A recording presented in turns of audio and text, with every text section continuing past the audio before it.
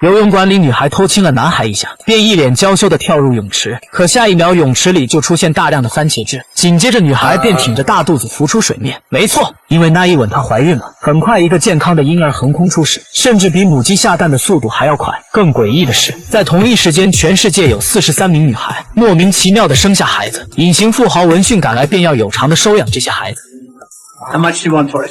他觉得他们一定孕育着某种特殊的能力，最终他收集到了其中的7个孩子。听起来像不像美版的葫芦娃？一转眼，几个孩子在训练中长大。大娃力大无穷，铜踢铁骨，典型的四肢发达，头脑简单。二娃的技能比较炫酷，可以使用飞刀控制他的飞行轨迹。三娃拥有一张乌鸦嘴，不管提出什么样的无理要求，对方都会无条件的服从。四娃的技能最为缺德，可以控制他人灵魂为自己所用。很显然，五娃拥有瞬间移动的能力，耍的劫匪如同傻子一般。而最可怕的就是六娃，别看他个子矮小，可他的身体里却寄生着一个巨型的巴掌怪。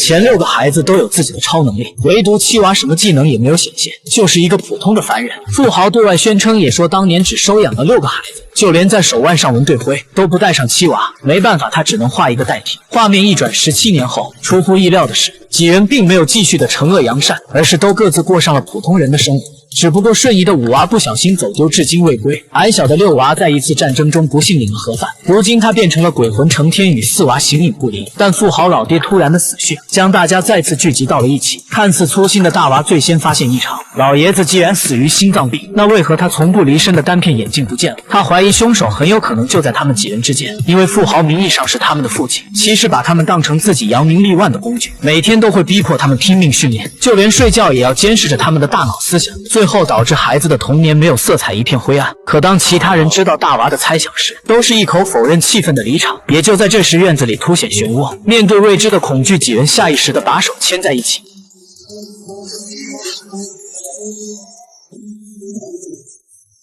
原来走丢的五娃从未来穿越回来，他的外貌居然还停留在17岁的样子。五娃警告大家不要纠结老头的死因了。通过穿越，他得知还有8天世界将会毁灭。深夜里，二娃一人站在河边，手里竟然拿着父亲丢失的单片眼镜。